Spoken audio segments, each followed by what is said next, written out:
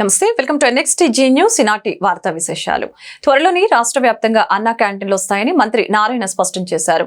వచ్చే నెల 10 నాటికి చాలా చోట్ల పనులు పూర్తవుతాయని తెలిపారు. సచివాలయంలో ఆయన మీడియాతో మాట్లాడారు. అన్ని అన్నా క్యాంటీన్లు ఒకే మోడల్లో ఉంటాయని, 5 రూపాయలకే అల్పాహారం, భోజనం అందిస్తామని తెలిపారు.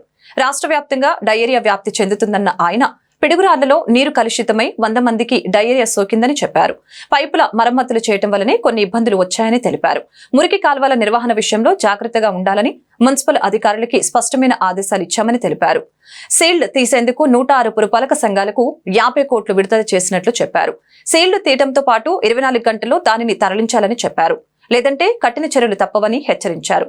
చెత్త పన్ను అంశంపై సీఎంతో మాట్లాడి నిర్ణయం తీసుకుంటామని అన్నారు. 25,000 మంది భోంచేస్తున్నారు. అటువంటి అన్నా క్యాంటీన్స్ని గత ప్రభుత్వం పూర్తిగా మూసేసింది. ఒక కక్ష సాధింపుతో ఆ ప్రభుత్వం చేసింది. కొన్ని అన్నా క్యాంటీన్స్లో సెక్రటరియట్లు పెట్టారు, కొన్ని అన్నా క్యాంటీన్స్ని గోడౌన్లుగా పెట్టుకున్నారు, కొన్ని అన్నా క్యాంటీన్స్ని బ్లీచింగ్ పౌడర్ వేసుకోవటానికి పెట్టుకున్నారు. ఇట్లా రకరకాలుగా అన్నా క్యాంటీన్స్ మొత్తాన్ని నిర్వహణ చేశారు. వాటికంతా కొన్ని మరమ్మతులు చేయాల్సింది. దానికి టెండర్లు ఇచ్చాము. కొన్నిట్లో వర్క్ స్టార్ట్ అయింది, కొన్నిట్లో వర్క్ జరగబోతూ ఉంది. బహుశా ఈ వర్క్ అంతా నెక్స్ట్ మంత్ ఆగస్టు 10కి పూర్తి అయ్యేటట్టుగా ఆదేశించాం. పెంచేది ఏం లేదు, సేమ్ రేట్స్ 5 రూపాయలతో యాక్చువల్గా బ్రేక్ఫాస్ట్ అయినా, లంచ్ అయినా, డిన్నర్ అయినా చేసే విధంగా చేయడం జరిగింది. దాదాపు అన్ని ఆర్ఓ ప్లాంట్లలో యాక్చువల్గా బ్యాక్టీరియా బయటపడింది. అవి క్లోజ్ చేసిన తర్వాత సిటీలో అక్కడ డయేరియా కంట్రోల్కి వచ్చింది. వీలైనంతరకు డ్రైన్స్లో మురుగు లేకుండా చేయటం కోసంగా అన్ని మున్సిపాలిటీస్కి యాక్చువల్గా ఇన్స్ట్రక్షన్ ఇచ్చాం, సిల్ట్ తీయమని. మున్సిపల్ కార్పొరేషన్స్ కాకుండా మిగిలిన 106 మున్సిపాలిటీస్కి 50 కోట్ల రూపాయలు ఈరోజు దాన్ని రిలీజ్ చేయడం జరిగింది. మనకి ఈ ప్రాబ్లమ్స్ పోవాలంటే ఖచ్చితంగా under ground drainage system, under ground drinking pipe lines రావాలి. అమృత్ 1, అమృత్ 2. అమృత్ 1 టైం అయిపోయింది కానీ 100% పూర్తి చేయాల. అమృత్ 2 అయితే అసలు ఆల్మోస్ట్ టేకప్ చేయాల. ఎందుకంటే స్టేట్ గవర్నమెంటు షేర్ వేయాలి, మున్సిపాలిటీ షేర్ వేయాలి. గత ప్రభుత్వం ఆ షేర్ ఇవ్వనందువల్ల ఆ వర్క్లన్నీ పూర్తిగా అయిపోయినాయి. వాటిలన్నిటి రివైజ్ చేసి చేయడానికి కొంత సమయం పడుతుంది. అందువల్ల ప్రజలందరినీ కొద్దిగా ఓపికగా ఉంటే అవన్నీ చేసి మళ్ళా మున్సిపాలిటీస్ని గత 2014-19 దాకా ఎలా ఉందో ఆ విధంగా గాడిలో పెట్టడం జరుగుతుంది. గుంటూరు నగరపాలక సంస్థ కౌన్సిల్ సమావేశం ఈ నెల 20వ తేదీన జరగడం లేదని గుంటూరు తూర్పు ఎమ్మెల్యే మహమ్మద్ నజీర్ అహ్మద్ తెలిపారు. కౌన్సిల్ సమావేశం ఉన్నట్లు తమకు ఇంతవరకు సమాచారం లేదని వివరించారు. వర్షాకాలం దృష్టిలో ఉంచుకొని పరిసరాల పరిశుభ్రతకు అధిక ప్రాధాన్యత ఇస్తున్నామని వెల్లడించారు. గురువారం గుంటూరు తూర్పు ఎమ్మెల్యే నజీర్ అహ్మద్ నగర కమిషనర్ కీర్తి చేకూరితో ప్రత్యేకంగా భేటీ అయ్యి పలు అభివృద్ధి, పారిశుద్ధ్య కార్యక్రమాలపై సమీక్షించారు. అనంతరం ఆయన మీడియాతో మాట్లాడుతూ వర్షాకాలం నేపథ్యంలో నగరవాసులు ఎలాంటి ఇబ్బందులు పడకుండా సహాయక చర్యలు చేపట్టామని తెలిపారు. చిన్న చిన్న పనులు కూడా ఇంజనీరింగ్ శాఖ అధికారులు ఆలస్యం చేయడంపై అసంతృప్తి వ్యక్తం చేశారు. నగరవాసుల సమస్యల్ని పరిష్కరించడమే తొలి ప్రాధాన్యతగా తీసుకోవాలని అధికారులకి సూచించారు. ఈరోజు గుంటూరు నగరపాలక సంస్థ అధికారులతో రివ్యూ సమావేశాన్ని ఏర్పాటు చేసుకోవడం జరిగింది. ముఖ్యంగా నగరంలో ఉన్నటువంటి శానిటరీ అలాగే ఇంజనీరింగ్ విభాగ అధికారులందరితో రాబోయేటువంటి రోజుల్లో ఏ విధమైనటువంటి కార్యక్రమాలు తీసుకోవాలి, ముఖ్యంగా చిన్న చిన్న పనులు కూడా ప్రొసీజర్ ప్రకారం దాదాపు 4 రోజులు పట్టేటువంటి పరిస్థితులు ఉన్నాయి. చిన్న చిన్న రోడ్ ప్యాచెస్ కానీ లేకపోతే డ్రైన్స్ కానీ ఒక ఫుడ్ ఏదైనా స్పీడ్ బ్రేకర్ వేయాలన్నా కూడా ఇంజనీరింగ్ అధికారులు ప్రాసెస్ ప్రకారం చేయాలంటే నిలబెట్టేటువంటి పరిస్థితులు ఉన్నాయి. కాబట్టి వాటినన్నింటి కూడా త్వరతగినది ఏ విధంగా చేయాలనే దాని మీద ఈరోజు అధికారులతో మాట్లాడి నగరంలో ప్రతి వారం కూడా పర్యటించే దాంట్లో అధికారులు సహకరించాలని, ప్రజా సమస్యల మీద నిరంతరం ఎప్పటికప్పుడు వాటిని పరిష్కరించేటువంటి దిశగా అధికారులను కూడా అప్రమత్తం చేయడం, దానికి కావాల్సినటువంటి కమిషనర్ గారి నుంచి పర్మిషన్స్ కానీ ఇవన్నీ తీసుకోవడం, అలాగే ముఖ్యంగా శానిటేషన్ గతంలో మనందరం కూడా చూసాం. ఈరోజు కొత్తగా డబ్బాలు ప్రతిరోజు ఇంట్లో నుంచి చెత్తను తీసుకుని వచ్చి ట్రాక్టర్లతోనో ఈ ఆటోస్లోనో తీసుకెళ్ళడం జరుగుతూ ఉంది. కానీ ఈవినింగ్ తర్వాత ఉదయం 2వ రోజు ఉదయం కల్లా వచ్చేటువంటి చెత్త ప్రతి వీధిలో కూడా చివరిలో కుప్పలుగా పోసేటువంటి పరిస్థితి ఉన్నాయి. రాత్రిపూట కుక్కలు అవన్నీ కూడా రోడ్డంతా గలీజ్ చేసి ప్రజలకు ఇబ్బంది కలిగేటువంటి పరిస్థితులు ఉన్నాయి. కాబట్టి వాటి మీద ఒక యాక్షన్ ప్లాన్ని, అలాగే వాటర్ కన్జంప్షన్ అంటే ఈరోజు ఎంత వాటర్ మన గుంటూరు సిటీకి వస్తూ ఉన్నాయి, ఎన్ని కనెక్షన్స్ ఉన్నాయి, ఏ ఏరియాస్కి వాటర్ తక్కువ వెళ్తూ ఉంది, వాటర్ ఎందుకు తక్కువ అవసరమైన చోటకి వాటర్ని ఇంకా పంపించేటువంటి క్రమంలో ఏ విధమైనటువంటి ప్రణాళికలు తీసుకోవాలి. అలాగే శానిటేషన్ సంబంధించి మ్యాన్ పవర్ ఎక్కడైనా తగిన వాటిని పెంచుకునేటువంటి క్రమంలో, అలాగే కొన్ని హార్టికల్చర్ వాళ్ళు చెట్లు పెరిగిపోయి ఇబ్బందులు పడుతున్నటువంటి కొన్ని ఏరియాస్ ఉన్నాయి, వాటినన్నింటిలో కూడా పరిశీలించి ఆ హార్టికల్చర్ అధికారులను కూడా అప్రమత్తం చేసి వాటిని తొలగించేటువంటి కార్యక్రమం, అలాగే శ్మశాన వాటికల్ని ఏ విధంగా అభివృద్ధి చేయగలుగుతాం, ఇవన్నీ కూడా చర్చకు వచ్చినాయి. వీటినన్నింటినీ కూడా కార్యరూపం దాల్చడానికి అధికారులను అప్రమత్తం చేస్తూ ఒక యాక్షన్ ప్లాన్ని తయారు చేసుకోవడం జరుగుతూ ఉంది. తప్పకుండా ప్రజలకు వచ్చినటువంటి ప్రతి ఒక్క విజ్ఞప్తి కూడా, ప్రజల నుంచి వచ్చినటువంటి ప్రతి ఒక్క విజ్ఞప్తి కూడా స్వీకరించి వాటిని పరిష్కరించడానికి ఆ అధికారులు మేము కూడా ప్రజలతో మమేకమై ప్రతిరోజు కూడా సంబంధించినటువంటి అంశాల మీద అధికారులు అప్రమత్తం చేస్తూ ముందుకు సాగుతాం. కలెక్టర్ నాగలక్ష్మి జిల్లాలో విస్తృతంగా పర్యటించారు. ఈ మేరకు తాడేపల్లి, పెరుమాక మండల పరిధిలో పలు ప్రభుత్వ పాఠశాలల్ని ఆకస్మికంగా తనిఖీ చేశారు. అదేవిధంగా ప్రాథమిక ఆరోగ్య కేంద్రాలను సందర్శించి ప్రజలకు అందిస్తున్న వైద్య సేవల గురించి ఆరా తీశారు. వర్షాకాలంలో సీజనల్ వ్యాధులు ప్రబలకుండా అధికారులు, వైద్యులు అప్రమత్తంగా ఉండాలని ఆదేశించారు. అదేవిధంగా సమీప ప్రాంతాల్లోని ప్రభుత్వ పాఠశాలల్ని కూడా సందర్శించారు. స్కూల్స్ లోని సౌకర్యాలు క్షుణ్ణంగా పరిశీలించారు. విద్యార్థులతో ఆప్యాయంగా మాట్లాడుతూ వారితో కలిసి మధ్యాహ్న భోజనం చేశారు. భోజనం నాణ్యతను స్వయంగా పరిశీలించారు. ప్రభుత్వ పాఠశాలలో సౌకర్యాలు మెరుగుపరచాలని విద్యాశాఖ అధికారుల్ని కలెక్టర్ నాగలక్ష్మి ఆదేశించారు. అదేవిధంగా మధ్యాహ్న భోజనం విషయంలో ఎలాంటి లోపాలు లేకుండా నిరంతరం అప్రమత్తంగా ఉండాలని స్పష్టం చేశారు.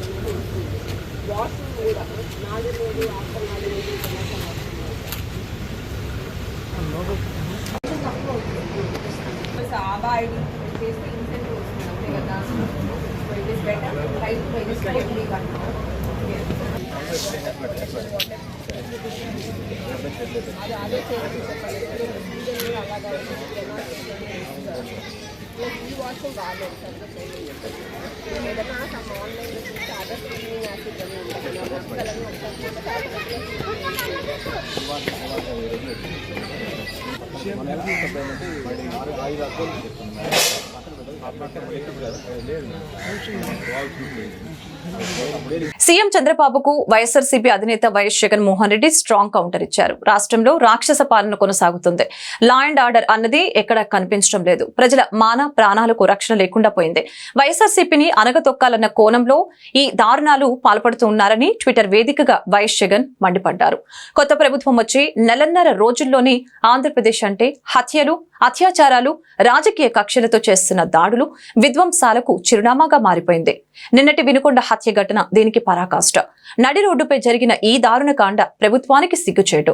ముఖ్యమంత్రితో సహా బాధ్యతతో వ్యవహరించవలసిన వ్యక్తులు రాజకీయ దురుద్దేశాలతో వెనకుండి ఇలాంటి దారుణాలను ప్రోత్సహిస్తున్నారు అని వైఎస్ జగన్ ఆగ్రహం వ్యక్తం చేశారు.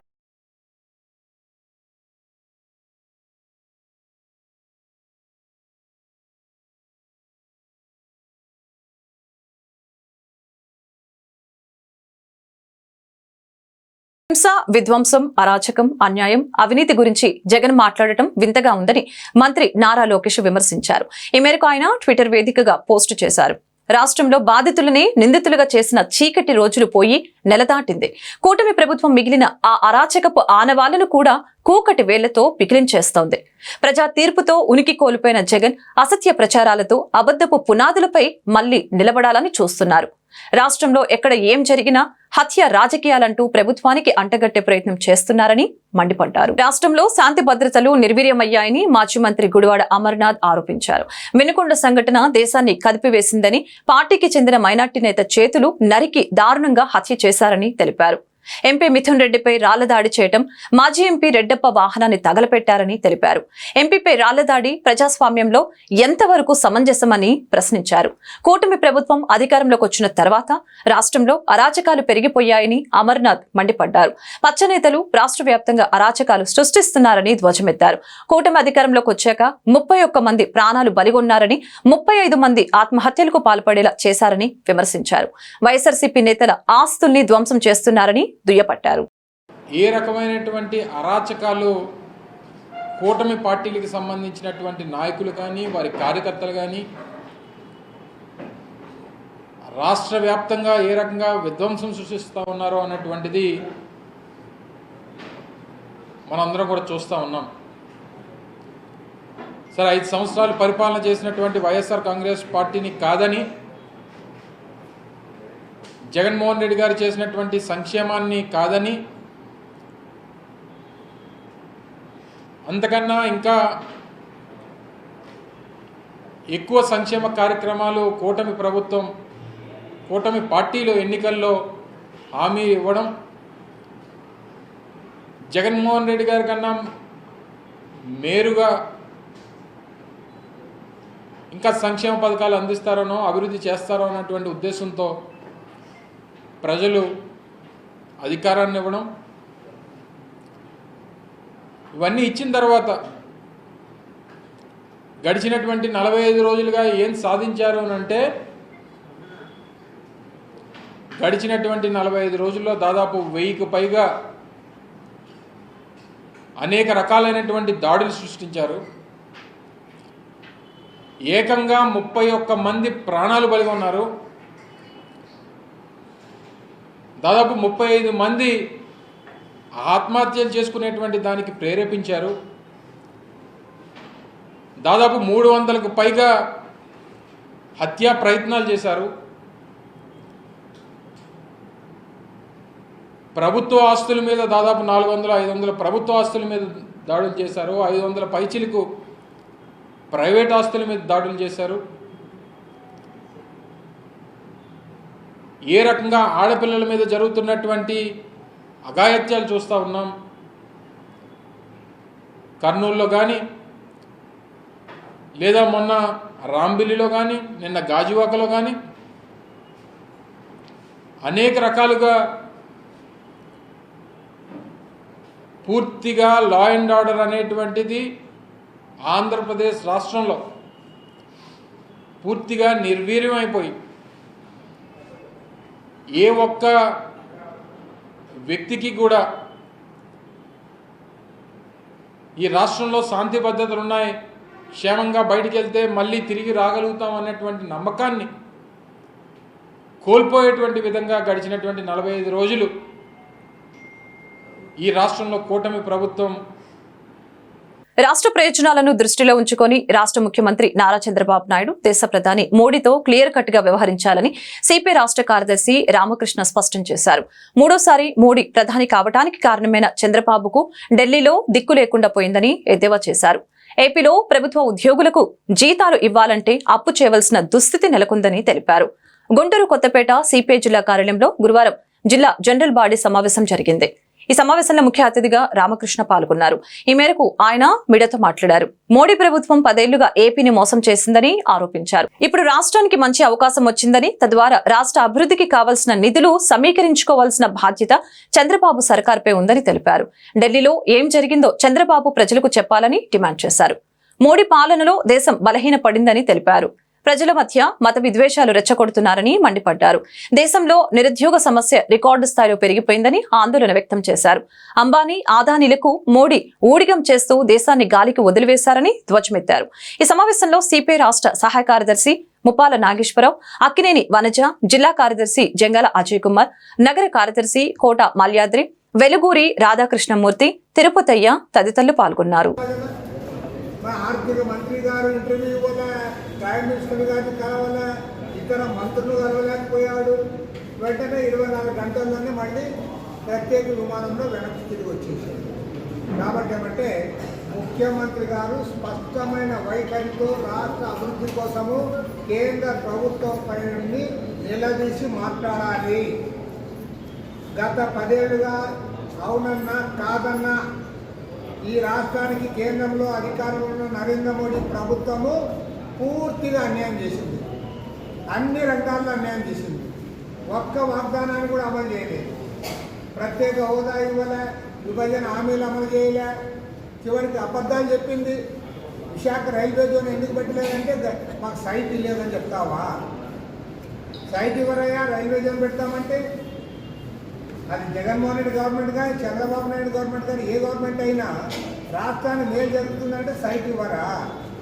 తీరా ఎన్నికలు వచ్చిన తర్వాత జగన్మోహన్ రెడ్డి సైట్ ఇవ్వలేదని చెప్పి అబద్ధాలు చెప్తావా? మరి కడపలో సైట్ ఉంది కదా, స్టీల్ ఫ్యాక్టరీ పెట్టడానికి ఎవరడం వచ్చారు? మరి ఉత్తరాంధ్ర రాయలసీమకు నిధులు ఎందుకు ఇవ్వాలా? రామాయపట్నంలో పోర్టు ఎందుకు ఏర్పాటు చేయలే? కాబట్టి అంటే పక్కాగా కేంద్రంలో అధికారంలో ఉన్న నరేంద్ర మోడీ ప్రభుత్వము 10 ఏళ్లుగా అన్యాయం చేసింది. కనీసం ఇప్పుడైనా వాళ్ళ వైఖరిలో మార్పు వస్తుందని అనుకున్నాం, కానీ ఎలాంటి మార్పు కనపడడం లేదు. ముఖ్యమంత్రి చంద్రబాబు నాయుడు గారు దాచిపెట్టడం మానాలి. అవుట్రైట్గా అక్కడ ఢిల్లీలో ఏం జరిగిందో ఆయన వివరించాలని కూడా కోరుతాము. ప్రభుత్వ మెడికల్ కళాశాలలో 50% సీట్లను మేనేజ్మెంట్ కోటాలో కేటాయిస్తూ గత ప్రభుత్వం ఇచ్చిన జీవో నెంబర్ 107, 108లని తక్షణమే రద్దు చేయాలని మెడికోస్ పేరెంట్స్ అసోసియేషన్ రాష్ట్ర అధ్యక్షులు డాక్టర్ ఆలా వెంకటేశ్వరరావు డిమాండ్ చేశారు. అమరావతి రోడ్లోని ఆలా హాస్పిటల్ ఏర్పాటు చేసిన మీడియా సమావేశంలో ఆయన మాట్లాడారు. గత ప్రభుత్వం ప్రవేశపెట్టిన ఈ ప్రజా వ్యతిరేక జీవోలను రద్దు చేస్తామని యువగలం పాదయాత్ర సందర్భంగా నారా లోకేష్ మాట ఇచ్చారని గుర్తు చేశారు. కానీ ప్రభుత్వం వచ్చిన తర్వాత అదే చీకటి జీవోలను ఎలా కొనసాగిస్తారని ఆయన ప్రశ్నించారు. యూనివర్సిటీల పేర్లను మారుస్తూ జీవోలను తెచ్చిన ప్రభుత్వానికి ఇటువంటి చీకటి జీవోలను మార్చే ఆలోచన ఎందుకు రాలేదని ఆయన నిలదీశారు. తక్షణమే ప్రజా వ్యతిరేక జీవోలను రద్దు చేయాలని మంత్రులు నారా లోకేష్, పవన్ కళ్యాణ్లను వారు డిమాండ్ చేశారు. లేని పక్షంలో ప్రజా సంఘాలతో కలిసి జీవోల రద్దు కోసం తీవ్రంగా ఉద్యమిస్తామని ఆయన హెచ్చరించారు. ఈ సమావేశంలో ఏఏఎస్ఎఫ్ జిల్లా ప్రధాన కార్యదర్శి బందెల నాజర్జీ, మెడికోస్ పేరెంట్స్ అసోసియేషన్ నాయకులు కె నరసింహారావు, బీసీ నాయకులు దాసరి తిరుపతిరావు, తుమ్మేటి కృష్ణ, నిరుద్యోగ సంఘం నాయకులు కొల్లికొండ వెంకట సుబ్రహ్మణ్యం, బహుజన చిరు వ్యాపారుల వృత్తిదారుల రాష్ట్ర అధ్యక్షులు తన్నీరు సాంబయ్య తదితరులు పాల్గొన్నారు. గత ప్రభుత్వం కొత్తగా ఏర్పడినటువంటి మెడికల్ కాలేజీల్లో 50% సీట్లను పేమెంట్ సీట్లుగా మారుస్తూ జియో నంబర్ 107, 108లను ఇచ్చింది. ఆ రోజున మెడికోస్ పేరెంట్స్ అసోసియేషన్ తరఫున మేము దాన్ని పూర్తిగా వ్యతిరేకించాము. మాతో పాటు ఆ రోజు ప్రతిపక్షంలో ఉన్నటువంటి తెలుగుదేశం పార్టీ కానివ్వండి, జనసేన కానివ్వండి, తర్వాత బీజేపీ కానివ్వండి, వీళ్ళందరూ కూడా ఆ పేమెంట్ సీట్ల విధానాన్ని పూర్తిగా వ్యతిరేకించారు. అందులో భాగంగా ఆ రోజు యువగాళంలో మాట్లాడుతూ ఈరోజు మంత్రి గారు అయినటువంటి నారా లోకేష్ గారు తాము అధికారంలోకి వచ్చినట్లయితే ఇది తక్షణమే రద్దు చేస్తామని చెప్పేసి వాగ్దానం చేసి ఉన్నారు. ఈరోజు మరి వారు అధికారంలో ఉన్నారు. వారు గతంలో అన్న మాటలు వారికి ప్రస్తుతం గుర్తున్నాయో లేదో అని చెప్పేసి ఇప్పుడు ఒకసారి మేము గుర్తు చేద్దామని చెప్పేసి తర్వాత మొదటిసారి ప్రభుత్వమే ఏకంగా మెడికల్ సీట్లు అమ్మే పరిస్థితి తీసుకొచ్చారు. రేపు తెలుగుదేశం పార్టీ అధికారంలోకి వచ్చిన వెంటనే నిరుపేదలకి మళ్ళీ ఆ మెడికల్ సీట్లు మేము అందజేస్తాము. ఈ జీవో ఏదైతే ప్రభుత్వం తీసుకొచ్చిందో మొదటి 100 రోజుల్లో రద్దు చేసే బాధ్యత మీ లోకేష్ తీసుకుంటాడని ఈ సభాముఖంగా నేను నీకు హామీ ఇస్తున్నాను. మరి ఆ విధమైనటువంటి హామీలు ఇచ్చినటువంటి వారు ఈరోజు అధికారంలోకి వచ్చారు. వారు తలుచుకుంటే ఒక్క నిమిషంలో ఆ జీవోను రద్దు చేయగలిగిన శక్తి వాళ్ళకు ఉంది. మనందరికీ తెలుసు, ఇంతకుముందు ఎన్టీఆర్ యూనివర్సిటీ అనే పేరుంటే తర్వాత గత ప్రభుత్వం వైఎస్ఆర్ యూనివర్సిటీగా పేరు మార్చింది. అయితే వీరు రాగానే వచ్చిన మరుక్షణమే వైఎస్ఆర్ యూనివర్సిటీని మరలా ఎన్టీఆర్ యూనివర్సిటీగా మారుస్తూ జీవో తీసుకొచ్చిన సంగతి మనందరికీ తెలుసు. అయితే అదేవిధంగా ఈరోజు వందలాది మంది విద్యార్థులకు ఉపయోగపడేటువంటి ఈ జియో నంబర్ 107ని 108ని ఎందుకు రద్దు చేయరని చెప్పేసి ఇప్పుడు మేము ప్రశ్నిస్తున్నాం. అంతేకాకుండా నిన్న వీరు పేర్కొంటూ ఏంటంటే మేము పాత విధానాన్నే కంటిన్యూ చేస్తాము. గత ప్రభుత్వంలో ఏ జీవోలు అయితే అమలు చేశారో వాటినే మేము కంటిన్యూ చేస్తామని చెప్పేసి వారు కోర్టులో చెప్పడం జరిగింది. నిన్న పత్రికా ముఖంగా కూడా చెప్పడం జరిగింది. కాబట్టి ఇది ప్రజల్ని వంచడం అవుతుంది. కాబట్టి దీన్ని ఎట్టి పరిస్థితుల్లో మేము సహించేది లేదు. ఈ జీవోల్ని ప్రజా వ్యతిరేకమైన జీవోలు, పేద విద్యార్థులకు వ్యతిరేకమైన జీవులు కాబట్టి వీటిని తక్షణమే ఉపసంహరించుకొని వారు చెప్పినటువంటి వాగ్దానాన్ని నిలబెట్టుకోవాల్సినటువంటి అవసరం ఉందని 2-3 సంవత్సరాల పాటు అహర్నిశలు కష్టపడి నీట్ లాంగ్ టర్మ్ కోచింగ్లు తీసుకొని లక్షల రూపాయలు వెచ్చించి చదివే ఆయుధం ఉన్నటువంటి పేద మెరిట్ విద్యార్థులకు, ప్రధానంగా ఎస్సీ, ఎస్టీ, బీసీ వర్గాల విద్యార్థులకు రోజు వ్యాపారాలు ఉండవు, ఏముండవు. కేవలం డాక్టర్ కానివ్వండి, కలెక్టర్ కానివ్వండి కళలు కంటారు. ఈరోజు వాళ్ళ కళలు గండి కొట్టే విధంగా గత ప్రభుత్వం, వైసీపీ ప్రభుత్వం 107, 108 జీవోలు తీసుకొచ్చింది. ఈరోజు అది సిగ్గుమాల చర్యని చెప్పని all India student federation ASF మేము తెలియజేస్తూ ఉన్నాం. ఎందుకంటే ప్రభుత్వ వైద్య కళాశాలలో కూడా సీట్లు అమ్ముకునే దుస్థితి గత ప్రభుత్వం తీసుకొచ్చింది. ఇదే పల్నాడు జిల్లా వినుకొండ నియోజకవర్గంలో యువగలం పాదయాత్రలో నారా లోకేష్ గారికి all India student federation ASF Palnadu జిల్లా నాయకత్వంగా వెళ్ళి ఈ జీవోను రద్దు చేయండి, పేద మేట్ విద్యార్థులు నష్టపోతూ ఉన్నారు, వాళ్ళు డాక్టర్లు కావాలంటే ఈ జీవోలు ఆటంకంగా మారినాయని చెప్తే ఆనాడు లోకేష్ గారు మాకు హామీ ఇవ్వడం జరిగింది. ఈ జీవోలను ఖచ్చితంగా రద్దు చేస్తాను, ఖచ్చితంగా ప్రజల ముందు చెప్తానని చెప్పని. కానీ విద్యాశాఖ మంత్రిగా బాధ్యతలు తీసుకున్నారు. ఆ తర్వాత వైద్య శాఖ మంత్రిగా సత్యకుమార్ యాదవ్ గారు తీసుకున్నారు. కాబట్టి ప్రధానంగా వీరు లోకేష్ గారు చర్యలు తీసుకుంటే ఖచ్చితంగా ఈ జీవోలు రద్దు అవుతాయి. కాబట్టి తక్షణమే ఈ జీవోలు రద్దు చేయని చెప్పని ఏఎస్ఎఫ్కు డిమాండ్ చేస్తూ ఉన్నాం. గత సంవత్సరం ఆగస్టు 7వ తేదీన ఎన్టీఆర్ హెల్త్ యూనివర్సిటీ ముందు కూడా పెద్ద ఎత్తున ఏఎస్ఎఫ్ ఆధ్వర్యంలో ఇదే జీవోలు రద్దు చేయని చెప్పని. చిత్తూరు జిల్లా పొంగనూరులో ఉద్రిక్త వాతావరణం చోటు చేసుకుంది. వైసీపీ ఎన్డీఏ కార్యకర్తల మధ్య రాళ్ల దాడి జరిగింది. ఎంపీ మిథున్ రెడ్డి పర్యటన నేపథ్యంలో ఈ ఘటన చోటు చేసుకుంది. ఆ పార్టీ మాజీ ఎంపీ రెడ్డప్ప ఇంటికి మిథున్ రెడ్డి వెళ్లారు. వైసీపీ ప్రభుత్వ హయాంలో ఎంపీ వేధింపులకు గురి చేశారంటూ ఎన్డీఏ కార్యకర్తలు రెడ్డప్ప ఇంటి వద్దకు చేరుకున్నారు. ఈ క్రమంలో వైసీపీ కార్యకర్తలు టీడీపీ, జనసేన, బీజేపీ కార్యకర్తలపై రాళ్లతో దాడి చేశారు. దీంతో కూటమి కార్యకర్తలు ప్రతిఘటించారు. తిరిగి వైసీపీ కార్యకర్తలపై రాళ్లు విసిరారు. మిథున్ రెడ్డి గో బ్యాక్ అంటూ నినాదాలు చేశారు. పరిస్థితి ఉద్రిక్తంగా మారటంతో పోలీసులు రంగప్రవేశం చేశారు. ఆందోళనకారుల్ని చెదరకొట్టి ఇరు వర్గాలను అదుపులోకి తెచ్చేందుకు ప్రయత్నించారు.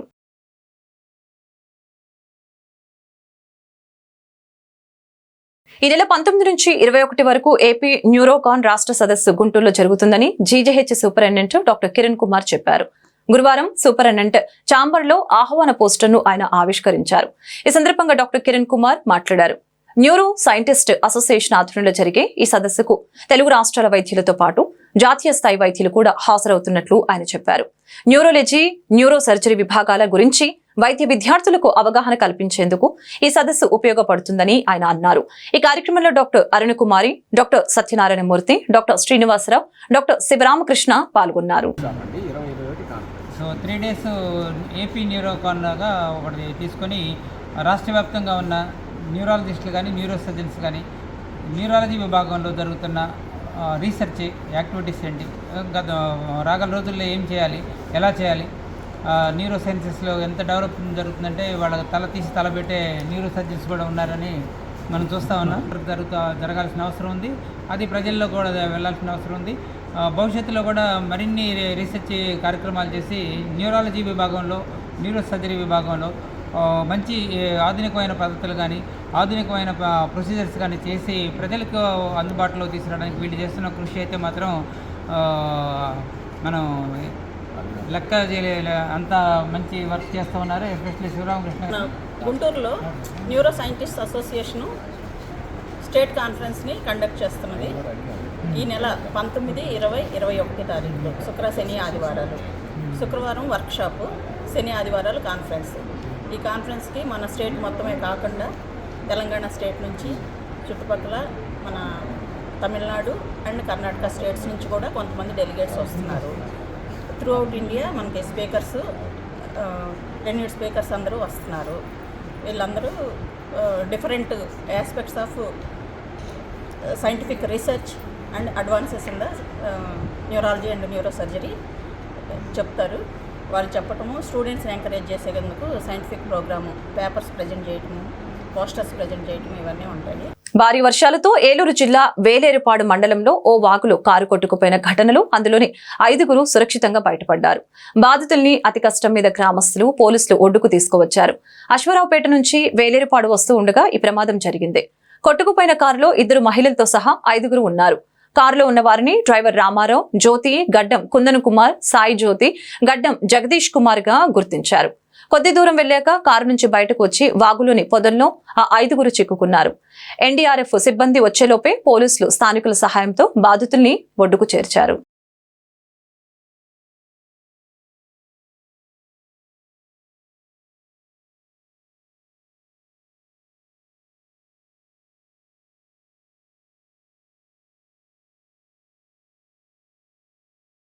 ఈ వార్తలు ఇంతటితో సమాప్తం. మరొక బులెటిన్లో మళ్ళీ కలుద్దాం.